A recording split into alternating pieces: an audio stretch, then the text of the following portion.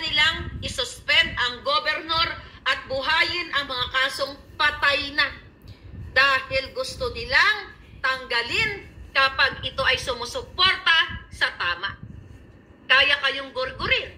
Ngayon, kung gusto nyong ganyan, na diktahan kayo at balak nga kayo sa bang, again, hindi ako unang tatamaan ng ano na yan, pulbura na yan, ipapasabog dyan sa Pilipinas. Hindi ako unang tatamaan kayo. Correct. Hindi ako. Andito ako eh. I'm enjoying the California weather. Sunog nga lang, nagpapanik na nga ang lahat eh. Kung may sunog. Kung gusto nyong sumunod. Giyera pa kaya? Kung hindi pa kayo gising. Hilas. Na may presidente kayong bangag. Nakakatawa lang yung magtapang-tapangan dyan. Na mag-start? May na-report sa Fox News na possibly na mag-start daw ang Third World War dyan sa Pilipinas. You love that? Gusto niya? Dapat. Sana nga eh. Sa mapa na meron tayong bangag na presidente ang pasimuno dahil uto-uto. Dahil nga bangag na nagtapang-tapangan na wala namang bayad na isinalang ang milyong-pilyong Pilipino. Imagine ninyo.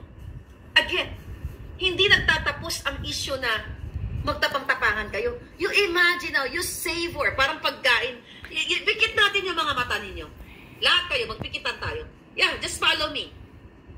Ipikit natin for few seconds ang mga mata natin. Imagine natin lahat. Nasa West Philippine Sea tayo. Matapang tayo. Nagbabang-bang-bang kayo dyan. Palangga. Bukas yung mga mata ko. Naiiyak ako pag nakapikit. But well, I'll try my best. Sige, to control my feelings. Nandiyan kayo. Okay? Nagigiyera kayo dahil matatapang kayo. Andiyan yung pamilya nyo. Imagine nyo, wala kayong makain. Wala nga kayong pambiling bigas. Pero dahil bangag ang presidente nyo, sinabihan kayo, maging matapang kayo, ipaglaban ang Pilipinas.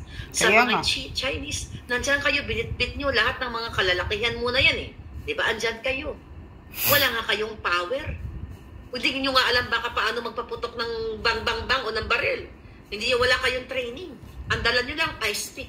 Ipikit ninyo. Nakahilera kayo. Okay? Nag-aantay kayo kasi matapang kayo eh. Bratatatat. O i-shower kayo. Tapang-tapangan lang yan. The effect. Kunyari. Ng bang-bang-bang na gusto ni Marcos Jr. Imagine nyo na kayo ay nakahandusay na lahat. Dahil sa kayabangan ng iba. Ang inyong mga tiil, ang inyong mga julo, ang inyong, diba, na dismember na ang mga chuba-chucho. Imagine nyo yan.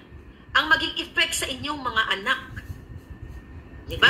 Buti sana kung meron kayong mga safe house tunnel o kung ano man yung bomb shelter katulad dun sa Israel at Gaza, diba, mga bomb shelter sila. Kaya wala nga bomb shelter ang Pilipinas. Wala pa kayong stock na pagkain, wala nga kayong bigas ngayon eh. Tapos bumikit kayo. Inaaratay na kayo. You like that? Open natin mga mata. Gusto nyo yan? Imagine niyo yung effect ng giyera na gusto ni Marcos Jr. Kapag kumalat na ang mga pulbura, ang mga, you know what I mean, ang nakakapinsala sa kalikasan, sa buhay ng tao, imagine ninyo, namnamin ninyo, yan ang gustong ipagawa sa inyo ni Marcos. Kung yung mga nakikinig dito na bitter pa rin at basher pa rin, na ayaw nyong maniwala, dahil gusto nyo maging matapang, namnamin ninyo. Manood kayo ng mga pelikula sa Netflix. Panoorin yung mga documentary in World War II kung paano nagkaputol-putol ang mga tiil, lahat tanan. Kung paano magtago sa inodoro, sa ilalim ng, yung CR, ilalim ang mga Jewish. Remember that? Sa mga pelikula, mga kanan, panoorin ninyo kung paano itinatago ang mga baby sa mga madumi, burak, sa tamburong kung saan pa man. Dahil tumatakas sila, dahil kukunin sila. Okay? Kukunin sila ng kalaban. You imagine that, namnamin ninyo, kung gusto ninyo, yung mga senaryo, hindi yun katang-isip lang, nakatulad ni Kuting. Yung watch a documentary during World War II, yung pakipagbang-bang-bang ng panahon ng Hapon. Kaya nga. Diba? Sa Nagasaki, sa Pearl Harbor, lahat. Kasi walang mananalo dito. Walang mananalo. Whether ikaw ay Amerikano, Chino, Ruso, walang mananalo. You imagine that. Imagine the moment na nakikipaglaban ka sa China dahil sabi ni Marcos Jr. Bangag, kailangan maging matapang ka. So kung imagine niyo yung moment na yun, na nandoon kayo nagtapang-tapangan, ni kumakalam ang sikmura ninyo, ni hindi Kaya kayo nga. mabigyan ng tamang pagkain. Gusto pa kayong magbang-bang-bang. Worth it ba?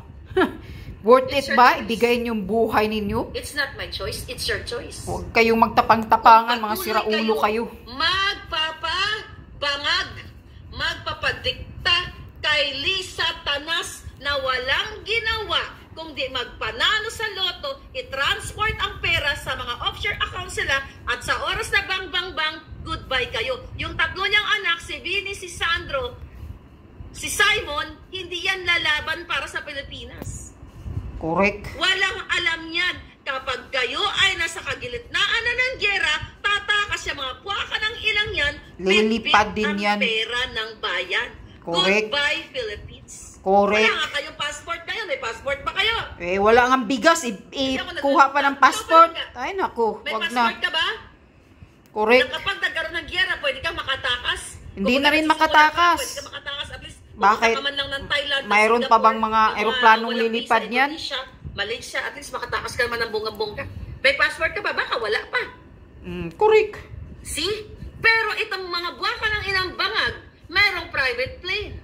Gagamitin nila ang resources ng Pilipinas, ng pera ninyo, para lumipad at goodbye, Philippines. Babalik na lang sila dyan kapag dedo na kayong lahat.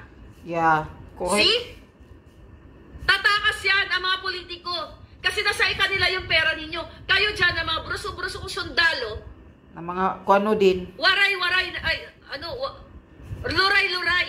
Okay? Luray-luray na kayo. Displaced na kayong lahat. Nagkakrung-krung na kayo. Nagiging bangag na rin kayo because of the trauma. Nakahilata na kayo lahat. Pile of bodies. Da-da-da-da-da-da. Babalik na lang ang mga politiko pag nagbuhis na kayo ng buhay ng bang-bang-bang na hindi para sa inyo. Think. You have to speak up. Good Okay, luck. meron na passport si Villarna pero Good expired. luck. Yan ang mabuti sa Parang mga yung mayabang muli, na mga sakali. Pilipino. May Nagtapang-tapangan mga na wala sa lugar. Nakausap ko lang the other day. Yung mga passport ganyan, pinarenew na nila.